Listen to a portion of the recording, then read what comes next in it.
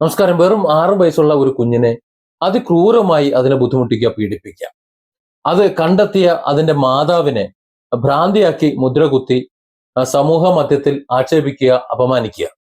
അവരുടെ ആ ഒരു സ്വാധീനം എന്ന് പറഞ്ഞാൽ രാഷ്ട്രീയമായിട്ടും സാമൂഹ്യമായിട്ടും വലിയ പദവിയുള്ള ആളാണ്, വലിയ കലാകാരനാണ്. അതുകൊണ്ട് തന്നെ വലിയ പദവിയൊക്കെ ഉള്ള ആളായതുകൊണ്ട് സ്വാധീനിക്കുക, പോലീസിനെ സ്വാധീനിക്കുക, മറ്റു ഉത്തരവാദിത്തപ്പെട്ടവരെ, അധികാരമുള്ളവരെയൊക്കെ സ്വാധീനിച്ചുകൊണ്ട് ഒന്നുമല്ലാതാക്കി തീർക്കുക. ഒരു പോക്സോ കേസ് എടുത്തിട്ട് കൂടി അത് വേണ്ട വിധം കൈകാര്യം ചെയ്യാതെ പരാതിക്കാരിയായിട്ടുള്ള കുട്ടിയുടെ ആ മാതാവിനെ, അതായത് ഇത് സംഭവിച്ചിട്ടുള്ള കുട്ടിയുടെ മാതാവിനെ പ്രതിയാക്കിക്കൊണ്ട് മറ്റുള്ള കേസുകൾ എടുക്കുക. ഇതൊക്കെ ഇവിടെ നമ്മൾ കേരളത്തിൽ സംഭവിക്കും. ആ കഥയാണ് ഈ വീഡിയോയിലൂടെ എനിക്ക് നിങ്ങളോട് പറയാനുള്ളത്. മുഴുവനായിട്ട് കാണുകയും മറ്റുള്ളവർക്കൊന്ന് ഷെയർ ചെയ്ത് കൊടുക്കുകയൊക്കെ വേണം. ഇങ്ങനെയും ഉണ്ട് ആൾക്കാർ, അല്ലെങ്കിൽ ഇങ്ങനെയുമുണ്ട് നിയമ നീതി സംവിധാനങ്ങൾ എന്ന്. ഈ നാട് മുഴുവൻ എൻ്റെ കൂടെ ഉണ്ടാവും, നിന്റെ കൂടെ നിൽക്കാൻ ഒരൊറ്റ ആളും ഉണ്ടാവില്ല. അതായത് ഈ ക്രൂരൻ ആ കുട്ടിയുടെ മാതാവിനോട് പറഞ്ഞാണ്. ഇത് കണ്ടെത്തി പരാതി കൊടുക്കുമ്പോൾ, ഇതെല്ലാം ചെയ്യുമ്പോൾ ധൈര്യപൂർവ്വം പറയുകയാണ്, ഈ നാട് മുഴുവൻ എൻ്റെ കൂടെ നിൽക്കുന്നത്. കാരണം എനിക്കാണ് പ്രശസ്തി ഉള്ളത്, എനിക്കാണ് പദവികളുള്ളത്, അല്ലെങ്കിൽ എൻ്റെ കൂടെയാണ് ആൾക്കാരുള്ളത്. നിന്റെ കൂടെ ഒരാളും ഉണ്ടാവില്ല, നീ പെടും. അതുകൊണ്ട് നിന്റെ കൂടെ നിൽക്കാൻ ആളുണ്ടാവില്ല. സാംസ്കാരികതയുടെയും സ്വാധീനത്തെയും ഒക്കെ ബലത്തില് ഒരു ക്രൂരൻ വിളിച്ചു പറഞ്ഞ ഈ ഭീഷണി വെറും ഒരു വാക്കപ്പറ്റാണ് എന്ന് തോന്നുന്നില്ല. പ്രബുദ്ധമെന്ന് സ്വയം അഹങ്കരിക്കുന്ന നമ്മുടെ പൊതുസമൂഹം ഒരു നിസ്സഹായ അമ്മയോട് അതേപടി നടപ്പിലാക്കി കൊടുത്ത ഒരു ഭയാനകമായ വിധി, സ്വന്തം പെഞ്ചുമക്കൾ നേരിട്ടിട്ടുള്ള അതിക്രൂരമായ ലൈംഗിക പീഡനം പുറത്തു പറഞ്ഞതിന്റെ പേരില് ഒരു പെണ്ണിനെ മനോരോഗിയാക്കി ചിത്രീകരിച്ച് പോലീസും വ്യവസ്ഥയും ഒക്കെ ചേർന്ന് അവളെ ഒറ്റപ്പെടുത്തി, ഒടുവിൽ അവളുടെ 2 കുഞ്ഞുങ്ങളുടെയും ജീവനറ്റ ശരീരങ്ങൾ അവളുടെ മുന്നിൽ കൊണ്ടുവന്ന് കിടത്തി. ഞെട്ടിക്കുന്ന യാഥാർത്ഥ്യമാണ് ഈ കഴിഞ്ഞത്. അധികാരത്തിന് സ്വാധീനത്തിന് മുന്നിൽ നിയമം കണ്ണടച്ചപ്പോ ആരുമില്ലാതെ നെഞ്ചുപൊട്ടി നിലവിളിച്ച ഒരു അമ്മയുടെ കണ്ണീരിൽ കുതിർന്ന അധ്യായങ്ങളാണ് പ്രബുദ്ധ മലയാളിയുടെ മനസാക്ഷിയെ ഉലയ്ക്കുന്ന നടുക്കുന്ന കഥ. നീതിക്കായുള്ള പോരാട്ടത്തില് ആ അമ്മ അനുഭവിക്കുന്ന നരകയാതനകൾ, അല്ലെങ്കിൽ അനുഭവിച്ചുകൊണ്ടിരിക്കുന്ന നരകയാതനകൾ കണ്ടില്ല എന്ന് നടിക്കുന്ന പ്രബുദ്ധരെന്ന് സ്വയം അവകാശപ്പെടുന്ന നമ്മുടെ ഈ പൊതുസമൂഹത്തിന് മുന്നില് ചില ചോദ്യങ്ങൾ ചോദിക്കേണ്ടതുണ്ട്. ഇതൊരു പെണ്ണിന്റെ മാത്രം കഥയല്ല. നമ്മൾ ജീവിക്കുന്ന ഈ വ്യവസ്ഥിതി ആധിപത്യവും സ്വാധീനവുമുള്ള വ്യക്തികൾക്ക് മുന്നിൽ എങ്ങനെയാണ് കൂപ്പുകുത്തുന്നത് എന്നും, നീതി തേടി അലയുന്ന ഒരു നിസ്സഹായ അമ്മയെയും അവളുടെ പിഞ്ചു കുഞ്ഞുങ്ങളെയും എങ്ങനെയെല്ലാമാണ് ഒരു സമൂഹം പതുക്കെ മരണത്തിലേക്ക് തള്ളിവിട്ടത് എന്നും കാണിച്ചു തരുന്ന ഞെട്ടിക്കുന്ന യാഥാർത്ഥ്യമാണത്.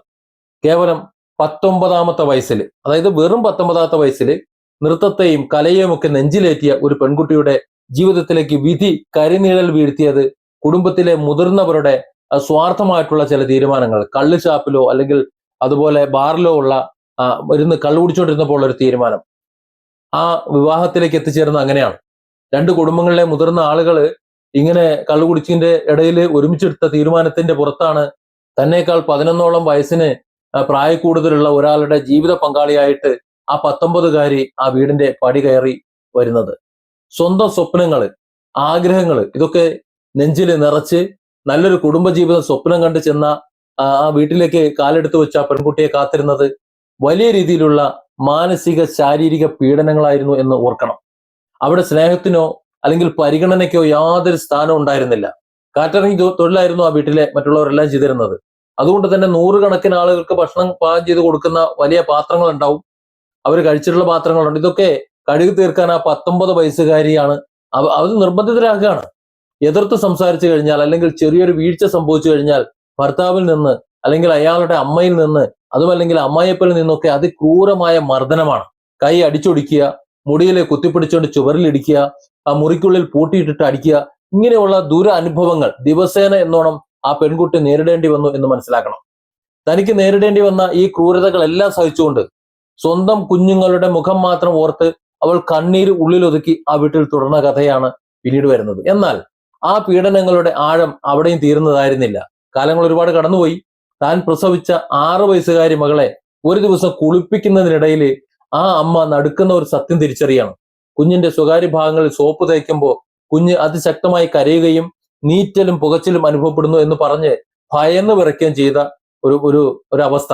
ശരീരത്തിലെ പല ഭാഗങ്ങളിലും നീര് വെച്ചതും അസാധാരണമായിട്ടുള്ള പാടുകളും ഒക്കെ കണ്ട അമ്മ വളരെ ഭയത്തോടെ കുഞ്ഞിനെ ചേർത്ത് പിടിച്ച് കാര്യം തിരക്കുമ്പോഴാണ് ആ ഞെട്ടിക്കുന്ന ആ സത്യം ആ പിഞ്ചുമകൾ വെളിപ്പെടുത്തുന്നത്.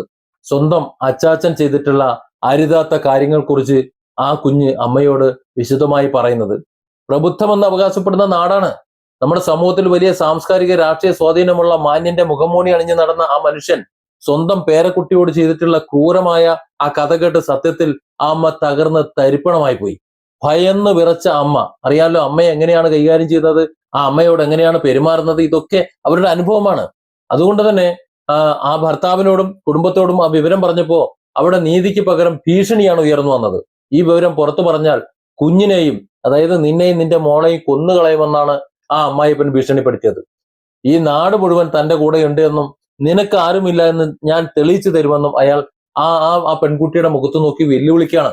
അതിനുശേഷം ആ അമ്മയ്ക്ക് ഭ്രാന്താണെന്നും ഭർത്താവിന്റെ വീട്ടുകാരോടുള്ള വൈരാഗ്യം തീർക്കാൻ വേണ്ടി സ്വന്തം 6 വയസ്സുകാരി മകളെ പഠിപ്പിച്ചു വിട്ട് ഇല്ലാത്ത കഥകൾ പറയിപ്പിക്കുന്നതാണ് എന്നും വരുത്തി തീർക്കാൻ എത്രയോ ശ്രമങ്ങൾ നടന്നു. അവളെ പൊതുസമൂഹത്തിന് മുന്നിൽ ഒരു മനോരോഗിയാക്കി ചിത്രീകരിച്ച് തികച്ചും ഒറ്റപ്പെടുത്തുന്ന ഒരു കഥ പിന്നീട് കുറച്ചൊക്കെ നമ്മൾ മലയാള ലോകം കണ്ടു. സഹായത്തിനായി ആരുമില്ലാതെ സ്വന്തം വീട്ടുകാർ പോലും വിശ്വസിക്കാത്ത അവസ്ഥയിൽ അങ്ങേയറ്റം നിസ്സഹായയായ ആ അമ്മ കുഞ്ഞിനെയും കൊണ്ട് രഹസ്യമായി ഒരു സഹകരണ ആശുപത്രിയിലെത്തി. ആ സഹകരണ ആശുപത്രിയിൽ ആ കുഞ്ഞിനെ പരിശോധിച്ചിട്ടുള്ള ഡോക്ടർമാർക്ക് സംഗതിയുടെ ഗുരുതരാവസ്ഥ മനസ്സിലാക്കി അവർക്ക് അത് കൈകാര്യം ചെയ്യാൻ പറ്റില്ലല്ലോ. ആ കുഞ്ഞിനെ അവർ താലൂക്ക് ആശുപത്രിയിലേക്ക് റെഫർ ചെയ്തു. തുടർന്ന് അവിടുത്തെ ലേബർ റൂമിൽ വെച്ച് അവിടുത്തെ ഡോക്ടർമാരും അവിടുത്തെ നഴ്സും ഒക്കെ ചേർന്ന് നടത്തിയ പരിശോധനയിലാണ് ആ പിഞ്ചു കുഞ്ഞ് നേരിട്ടുള്ള ദാരുണമായിട്ടുള്ള ആ ക്രൂരത ശാസ്ത്രീയമായി തെളിയിക്കപ്പെട്ടത്. ഈ വിവരം അറിഞ്ഞ് അവരെന്തായാലും റിപ്പോർട്ട് ചെയ്യും. അങ്ങനെ റിപ്പോർട്ട് ചെയ്ത് ആ വിവരം അറിഞ്ഞ് ആ പോലീസ് ആശുപത്രിയിലെത്തി ലേബർ റൂമിൽ വെച്ച് കുട്ടിയുടെ നേരിട്ടുള്ള മൊഴി രേഖപ്പെടുത്തി പോക്സോ നിയമപ്രകാരം കേസ് രജിസ്റ്റർ ചെയ്യുകയും ചെയ്തു. പക്ഷേ ഒരു ഇരയ്ക്ക് നീതി നൽകേണ്ട നിയമപാലകരും വ്യവസ്ഥിതിയും പിന്നീട് കാട്ടിക്കൂട്ടിയത് നീതികേടിന്റെ അങ്ങേയറ്റമായിരുന്നു എന്ന് വേണം നമ്മൾ മനസ്സിലാക്കാൻ. പോക്സോ കേസ് രജിസ്റ്റർ ചെയ്തിട്ടും സമൂഹത്തിൽ വലിയ രാഷ്ട്രീയ സാമൂഹിക സ്വാധീനമുള്ള ആ പ്രതിയെ അറസ്റ്റ് ചെയ്യാൻ പോലീസ് തയ്യാറായില്ല എന്ന് മാത്രമല്ല, പ്രതിക്ക് അനുകൂലമായ റിപ്പോർട്ടുകൾ ഉണ്ടാക്കാനും ആ അമ്മയുടെ പരാതി വ്യാജമാണ് എന്ന് വരുത്തി തീർക്കാനും പോലീസിലെ ചിലർ ശ്രമിച്ചു എന്നതാണ് പിന്നീടുള്ള കഥ. പ്രതി തന്റെ ഉന്നത ബന്ധങ്ങൾ ഉപയോഗിച്ച് കേസ് അട്ടിമറിക്കാൻ കരുക്കൾ നീക്കി. പിന്നീട് കോടതി വഴി തന്റെ കുട്ടിയെ കാണാൻ ഭർത്താവിന്, അതായത് സ്വന്തം പിതാവിന് അനുവാദം ലഭിച്ചപ്പോ ആ അവസരം വളരെ ക്രൂരമായി ദുരുപയോഗം ചെയ്യപ്പെട്ട കഥയും പിന്നീടുണ്ട്. കുട്ടിയെ പുറത്തു കൊണ്ടുപോയി ഐസ്ക്രീമും കളിപ്പാട്ടങ്ങളും ഒക്കെ വാങ്ങി നൽകി സ്വാധീനിക്കാനും ആ അച്ചാച്ചൻ ഇനി അങ്ങനെ ചെയ്യില്ല എന്ന് പറഞ്ഞ് പഠിപ്പിക്കാനും ഒക്കെ ശ്രമങ്ങൾ നടന്നു. അതിനേക്കാളൊക്കെ ഭയാനകരമായ ഒരു കാര്യം എന്ന് പറയുന്നത്, ഒരു പോക്സോ കേസിൽ പ്രതിയായ ആളുടെ അതേ വീട്ടിൽ അതേ വ്യക്തിയുടെ കൂടെ ഇരയായ ആ 6 വയസ്സുകാരിയെ വീണ്ടും 40 ദിവസത്തോളം കൊണ്ടുചെന്ന് താമസിപ്പിച്ചു എന്നതാണ്. ഈ വിവരമറിഞ്ഞ് ആ അമ്മ പോലീസിൽ ഓടിയെത്തി കരഞ്ഞപേക്ഷിച്ചിട്ടും പയ്യന്നൂരിലെ പോലീസ് ഒരു ചെറു വിരൽ പോലും അനക്കിയതായിട്ട് എവിടെയും പറയുന്നില്ല. എന്ന് മാത്രമല്ല, പരാതിയുമായി എത്തിയ ആ നിസ്സഹായയായ ആ അമ്മയ്ക്കെതിരെ തന്നെ കേസെടുക്കുന്ന കാര്യം തികച്ചും വിചിത്രവും നീതിരഹിതവുമായ നടപടിയായിട്ടാണ് പോലീസിന്റെ ഭാഗത്തുണ്ടായതായിട്ടാണ് വാർത്ത നമുക്ക് ഇന്നലെ കേൾക്കാൻ കഴിഞ്ഞത്. മാതൃഭൂമിയാണ് ഈ വാർത്ത വളരെ വിശദമായി റിപ്പോർട്ട് ചെയ്തത്. കേട്ടപ്പോൾ സത്യത്തിൽ ഞെട്ടിപ്പോയി. അതുകൊണ്ടാണ് ഈ വിവരം നിങ്ങളെ കൂടി അറിയിക്കണമെന്ന് തോന്നുന്നത്. ഇതിനിടയിൽ ചൈൽഡ് ലൈൻ പ്രവർത്തകയാണെന്ന് അവകാശപ്പെട്ട് ഔദ്യോഗിക തിരിച്ചറിയൽ കാർഡ് പോലും കാണിക്കാതെ ഒരു സ്ത്രീ ആ വീട്ടിലെത്തി. ആ സ്ത്രീ 6 വയസ്സുകാരിയായ കുഞ്ഞിനെ ഒരു മുറിയിലേക്ക് കൂട്ടിക്കൊണ്ടുപോയി വാതിലടച്ച് സംസാരിച്ചു, ഭീഷണിപ്പെടുത്തി. അതിനുശേഷം പുറത്തിറങ്ങിയ ആ പിഞ്ചുകുഞ്ഞ് അതിശക്തമായ മാനസിക ആഘാതത്തിലായിരുന്നു. ശബ്ദം കേട്ടാൽ, ഉച്ചത്തിലുള്ള ഒരു ശബ്ദം കേട്ടാൽ പോലും നിലവിളിക്കുന്ന ഒരു അവസ്ഥയിലേക്ക് ആ കുഞ്ഞ് മാറിപ്പോയി എന്നാണ് ആ മാതാവ് പറയുന്നത്. നീതി നൽകേണ്ട സംവിധാനങ്ങൾ പോലും പ്രതിയുടെ സ്വാധീനത്തിന് വഴങ്ങി ആ കുഞ്ഞിന്റെ കുഞ്ഞു മനസ്സിനെ വേട്ടയാടുകയായിരുന്നു ആ സമയം മുഴുവൻ. ഭർത്താവിന്റെ വീട്ടിലെ പീഡനം സഹിക്കാനാവാതെ സ്വന്തം വീട്ടിലേക്ക് കുഞ്ഞുങ്ങളുമായി അഭയം തേടിയ അമ്മയ്ക്കും അവിടെയും ഒരു മനസമാധാനം ലഭിച്ചില്ല എന്നുള്ളതാണ്. സ്വന്തമായി വരുമാനമില്ലാത്ത പട്ടിണിയിലായ അവസ്ഥയിൽ അനുജൻ കൂലിപ്പണി എടുത്തുകൊണ്ടുവരുന്ന ചെറിയ തുക കൊണ്ടാണ് അവർ ജീവിച്ചിരുന്നത്, ഭക്ഷണം കഴിച്ചിരുന്നത്. എന്നിട്ടും ആ അമ്മ തന്റെ കുഞ്ഞുങ്ങളെ ജീവന് തുല്യം സംരക്ഷിച്ചു. പക്ഷേ വിധി അവിടെയും ആ അമ്മയെ വെറുതെ വിട്ടില്ല. ഒരു ദിവസം കുഞ്ഞുങ്ങൾക്ക് വസ്ത്രവും ഭക്ഷണവും വാങ്ങിത്തരാമെന്നും സ്കൂളിൽ വിടാമെന്നും പറഞ്ഞ് ഭർത്താവ് കുഞ്ഞുങ്ങളെ കൂട്ടിക്കൊണ്ടുപോയി. എന്നാൽ സ്കൂളിൽ വിടാതെ ആ ഭർത്താവിന്റെ വീട്ടിൽ ആ കുട്ടികളെ നിർത്തി. അതിനുശേഷം താൻ ഭക്ഷണത്തോടൊപ്പം വിഷം കൂടി വാങ്ങിയിട്ടുണ്ട് എന്നും കുഞ്ഞുങ്ങൾക്കും കുടുംബത്തിനും വിഷം കൊടുത്ത് കൊലപ്പെടുത്തുമെന്നും അയാൾ ഫോണിലൂടെ ആ അമ്മയെ വിളിച്ച് ഭീഷണിപ്പെടുത്തി. കരഞ്ഞ് നിലവിളിച്ചുകൊണ്ട് അങ്ങനെ ചെയ്യരുത് എന്നും തന്റെ കുഞ്ഞുങ്ങളെ തിരികെ തരണമെന്നും ആ അമ്മ യാചിച്ചെങ്കിലും അയാൾ അത് കേട്ട ഭാവം നടിച്ചില്ല. ഒടുവില് ആ കറുത്ത ദിവസം വന്നു. 2025 ഡിസംബർ 22. നിരന്തരം ഭർത്താവിനെ ഫോണിൽ വിളിച്ചിട്ടും പ്രതികരണമില്ലാതെ ഭയന്നു വിറച്ച അമ്മ പോലീസിന്റെ സഹായമാണ് തേടിയത്. എവിടെയും പോലീസാണല്ലോ ജനങ്ങളുടെ സംരക്ഷകരായി, ജനങ്ങളുടെ കാരുണ്യവാഹകരായി നിലകൊള്ളേണ്ടത്. പോലീസിന്റെ നിർദ്ദേശപ്രകാരം പിങ്ക് പോലീസ് സംഘം ആ വീട്ടിലേക്ക് തിരിച്ചു. എന്നാൽ സംഭവ സ്ഥലത്തെത്തിയ പിങ്ക് പോലീസ് ചെയ്ത് എന്താണെന്നറിയോ? ആ വീടിന് മുന്നിൽ നിന്ന് ഫോൺ വിളിച്ചു. അതായത് ഫോൺ എടുക്കാത്ത ഫോണിലേക്ക് വിളിച്ചുകൊണ്ടിരുന്നു. ഉള്ളിൽ നിന്ന് ബെല്ല് കേൾക്കുന്നുണ്ട്. ഇത് നേരെ റിപ്പോർട്ട് ചെയ്യുന്നു. ബെല്ല് കേൾക്കുന്നുണ്ട്, വാതിൽ തുറക്കുന്നില്ല എന്ന് പറഞ്ഞ് തിരികെ പോരുകയാണ് ചെയ്തത്. ഒരു അടിയന്തര സാഹചര്യത്തിൽ കുഞ്ഞുങ്ങളുടെ ജീവൻ അപകടത്തിലാണ് എന്ന വിവരം അറിഞ്ഞെത്തിയ പോലീസ് അല്പമെങ്കിലും ഉത്തരവാദിത്തം കാണിച്ചിരുന്നുവെങ്കിൽ, വാതിൽ തകർത്ത് അകത്ത് കടന്നിരുന്നുവെങ്കിൽ ഒരുപക്ഷെ ആ പിഞ്ചു കുഞ്ഞുങ്ങളുടെ ജീവൻ രക്ഷിക്കാമായിരുന്നു എന്ന് വേണം ഇപ്പൊ നമുക്ക് മനസ്സിലാക്കാൻ. കാരണം എന്താണ് സംഭവിക്കുക എന്ന് നേരത്തെ തന്നെ അറിഞ്ഞിരുന്നതാണല്ലോ. പക്ഷെ ആ അവഗണനയുടെ വിലയായി ഒടുവിൽ ലോകം കണ്ടത് ഭർത്താവും അയാളുടെ അമ്മയും ആ 6 വയസ്സുകാരി മകളും 1.25 വയസ്സ് മാത്രം പ്രായമുള്ള ആൺകുഞ്ഞും വിഷം ഉള്ളിൽ ചെന്ന് ചലനമറ്റ് കിടക്കുന്ന ദാരുണമായ കാഴ്ചയാണ്. ആ ദാരുണമായ മരണങ്ങൾക്ക് ശേഷവും ആ അമ്മയോടുള്ള ക്രൂരത അവസാനിച്ചില്ല. പിന്നെ നടന്നത് ആത്മഹത്യയാണെന്ന് വരുത്തി തീർക്കാനും അമ്മയുടെയും കുടുംബത്തിനെയും ഒക്കെ പേരെഴുതി വെച്ചിട്ടുള്ള വ്യാജ കത്തുകൾ ഉണ്ടാക്കി നാട്ടുകാരെ തെറ്റിദ്ധരിപ്പിക്കാനുമാണ് അടുത്ത ശ്രമം നടന്നത്. തെളിവുകൾ നശിപ്പിക്കുന്നതിന്റെ ഭാഗമായി ആ മൃതദേഹങ്ങൾ വേഗത്തിൽ ദഹിപ്പിക്കാനായി അടുത്ത നീക്കം വേറെ. പോസ്റ്റ്മോർട്ടം റിപ്പോർട്ടുകൾ പോലും കൃത്യമായി കാണിക്കാതെ സംഭവത്തെ മുക്കിക്കൊല്ലാനായിരുന്നു സ്വാധീനമുള്ളവരുടെ ശ്രമമെന്ന് മനസ്സിലാക്കണം. ആരും കേൾക്കാനില്ലാതെ സ്വന്തം കുഞ്ഞുങ്ങളുടെ വേർപാടിൽ നെഞ്ചുപൊട്ടി ആ അമ്മ ഒറ്റയ്ക്ക് വിങ്ങിപ്പൊട്ടുന്ന ഒരു കാഴ്ച ഒന്ന് ചിന്തിച്ചു നോക്കൂ. പക്ഷെ സത്യം അത് എക്കാലവും കൊട്ടയിട്ട് മൂടി വയ്ക്കാൻ പറ്റുന്ന സാധനമല്ലല്ലോ. അത് പുറത്തു വരിക തന്നെ ചെയ്യും. ദിവസങ്ങൾക്ക് ശേഷം നാടിനെ വീണ്ടും നടുക്കിക്കൊണ്ട് ഞെട്ടിച്ചുകൊണ്ട് മറ്റൊരു സംഭവം ഉണ്ടായി. സ്കൂൾ പരിസരത്ത് നിന്ന് 15കാരനായ ഒരു വിദ്യാർത്ഥിയെ ഓട്ടോറിക്ഷയിൽ കയറ്റിക്കൊണ്ടുപോയി അതേ വീട്ടിൽ വെച്ച് 6 വയസ്സുകാരിയെ പീഡിപ്പിച്ച അതേ വീട്ടിൽ വെച്ച് പീഡിപ്പിച്ചു. മനസ്സിലാക്കണം. കാരണം അയാളെ സംരക്ഷിക്കാൻ ആളുണ്ട്, പ്രശസ്തനാണ്, ആ നിയമമൊക്കെ നമ്മളെ കൂടെ ഉണ്ട് എന്നുള്ള ഒരു അഹങ്കാരത്തിലാണ് ഇതൊക്കെ ചെയ്തതെന്ന് മനസ്സിലാക്കണം. ഏതായാലും CCTV ദൃശ്യങ്ങളും കുട്ടി നൽകിയിട്ടുള്ള കൃത്യമായ മൊഴികളും എല്ലാം പുറത്തു വന്നതോടെ ആ അമ്മ ഇത്രയും കാലം പറഞ്ഞ കാര്യങ്ങളെല്ലാം 100% സത്യമായിരുന്നുവെന്ന് ഈ പൊതുസമൂഹത്തിന് ബോധ്യപ്പെടുകയാണ്. നോക്കൂ, 2 കുഞ്ഞുങ്ങളുടെ ജീവൻ അപ്പോഴേക്കും നഷ്ടപ്പെട്ടില്ലേ.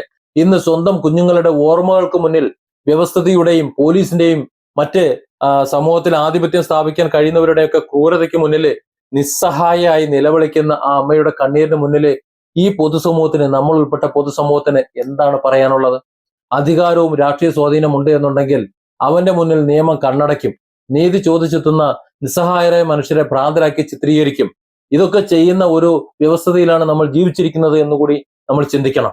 ആ യാഥാർത്ഥ്യം നമ്മളെ ശരിക്കും ഭയപ്പെടുത്തേണ്ടതാണ്. ആ അമ്മയുടെ ചോദ്യങ്ങൾക്ക് മുന്നിൽ ഇന്ന് നിയമ സംവിധാനങ്ങളും പൊതുസമൂഹവും ഒക്കെ ഉത്തരം പറയേണ്ടതുണ്ട്. ആ പിഞ്ചു കുഞ്ഞുങ്ങൾക്ക് ജീവൻ തിരികെ വാങ്ങി നൽകാൻ നമുക്ക് കഴിയത്തുമില്ല. എന്നാൽ ആ അമ്മയ്ക്ക് അർഹിച്ച നീതി ഉറപ്പാക്കാനും ആ ക്രൂരതയ്ക്ക് കൂട്ടുനിന്ന ഓരോരുത്തരെയും നിയമത്തിന് മുന്നിൽ കൊണ്ടുവരാനും ഈ സമൂഹത്തിന് കഴിയണം. അത് എത്ര ഉന്നതനായാലും ഏത് അധികാര സ്ഥാനത്തിരിക്കുന്നവനായാലും ആ അമ്മയുടെ കണ്ണീര് അതുവരെ നമ്മളെ അസ്വസ്ഥമാക്കിക്കൊണ്ടേയിരിക്കണം. Different angles. Don't forget to subscribe and support this channel.